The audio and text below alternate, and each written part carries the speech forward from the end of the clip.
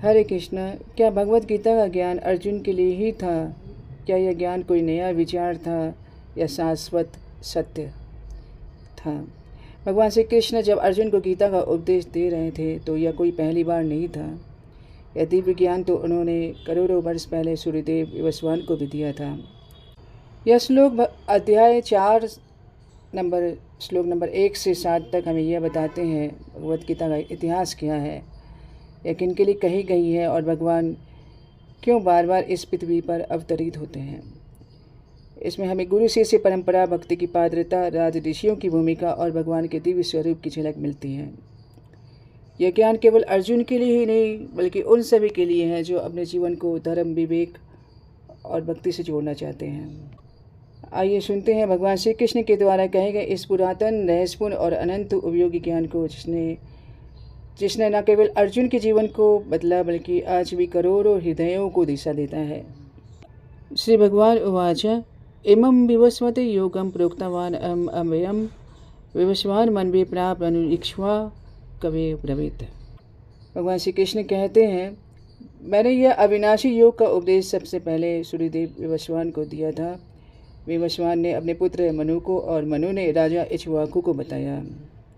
यह श्लोक भगवत गीता के अत्यंत प्राचीन इतिहास को प्रकट करता है। योग का अर्थ है भगवान के साथ अपने संबंध को जानना। यह ज्ञान कोई नया नहीं है, यह तो पीढ़ियों से चलता आ रहा है। भगवान श्री कृष्ण 12 करोड़ वर्ष पहले सूर्यदेव को यह दिव्य ज्ञान दे चुके हैं। इससे स्पष्ट है अर्जुन पहले व्यक्ति नहीं थे जिन्होंने गीता सुनी। भगवान ने इस ज्ञान को राज ऋषियों को दिया क्योंकि वे समाज के आदर्श थे। जो श्रेष्ठ करता है लोग उसी का अनुसरण करते हैं। हम अपने माता पिता से भौतिक संपत्ति पाते हैं, पर यह ज्ञान संपत्ति तो जो श्री कृष्ण दे रहे हैं इसे कोई छीन नहीं सकता। यह जन्म जन्मांतर तक हमारा साथ देती है। एवं परंपरा प्राप्तम एवं राजर्षयो विदुः सुकाले ने महता योगो नष्ट परंतप। यह दिव्य ज्ञान गुरु शिष्य परंपरा से ही राज ऋषियों तक पहुंचा, पर कालक्रम में यह परंपरा लुप्त हो गई। भगवान बताते हैं, गुरु शिष्य परंपरा आध्यात्मिक संप्रदाय का मूल है। पद्म पुराण के अनुसार कलयुग में 4 प्रमाणिक संप्रदाय हैं, ब्रह्मा, रुद्र, श्री और कुमार। केवल वंश परंपरा से नहीं बल्कि योगी गुरु के द्वारा मिलने वाला ज्ञान ही सच्चा है। राज ऋषि धर्म के रक्षक थे। वे प्रजा की भलाई में लगे रहते थे और स्वयं साधु के समान जीवन जीते थे। स एवायं मया तेद्य योग प्रोक्तः पुरातनः भक्तों में सखा चेति रहस्यम एतत् उत्तमम्।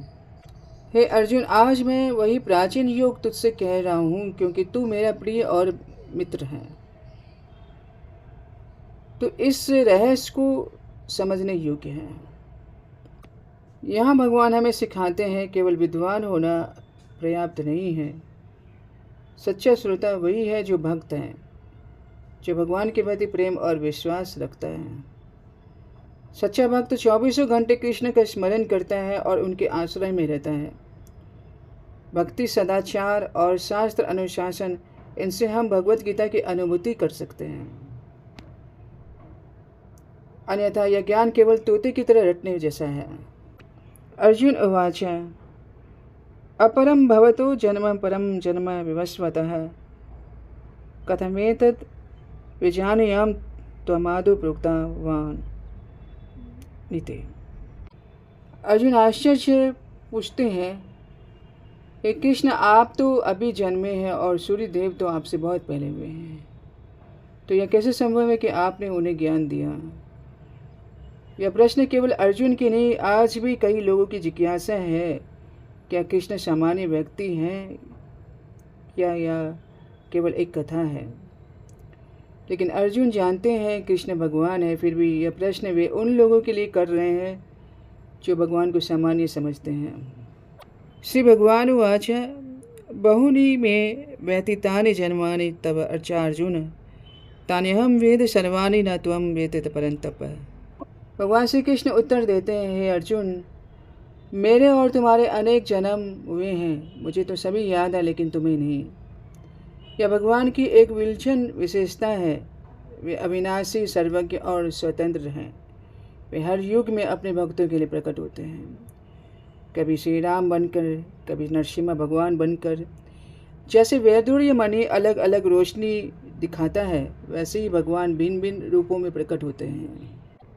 अजोपि सन्नव्य यात्मा भूतानि भूतानामीश्वरोऽपि सन प्रकृतिं स्वाम अधिष्ठाय संभवाम्य यात्मा मायया। मैं अजन्मा हूँ, अविनाशी हूँ और सभी जीवों का स्वामी हूँ, फिर भी अपनी अंतरंगा शक्ति से हर युग में प्रकट होता हूँ। आत्मा और भगवान दोनों अविनाशी हैं, परंतु आत्मा माया के प्रभाव में जन्म लेती है और भगवान योग माया के द्वारा अपने को प्रकट करते हैं।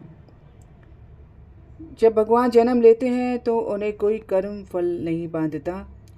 उनका शरीर दिव्य होता है। बालक के रूप में प्रकट होकर वे चतुर्भुज रूप में भी दिखा सकते हैं। यदा यदा ही धर्मस्य कलानि भवति भारत अभ्युत्थानम अधर्मस्य तदात्मानं सृजाम्यहम्। हे भारतवंशी अर्जुन, जब जब धर्म की हानि होती है और अधर्म की वृद्धि होती है, तब तब मैं प्रकट होता हूँ। भगवान किसी के कहने से नहीं आते, वे स्वयं जानते हैं कि कब और कहाँ आना है। कभी वे स्वयं आते हैं तो कभी अपने भक्तों के माध्यम से धर्म की स्थापना करते हैं।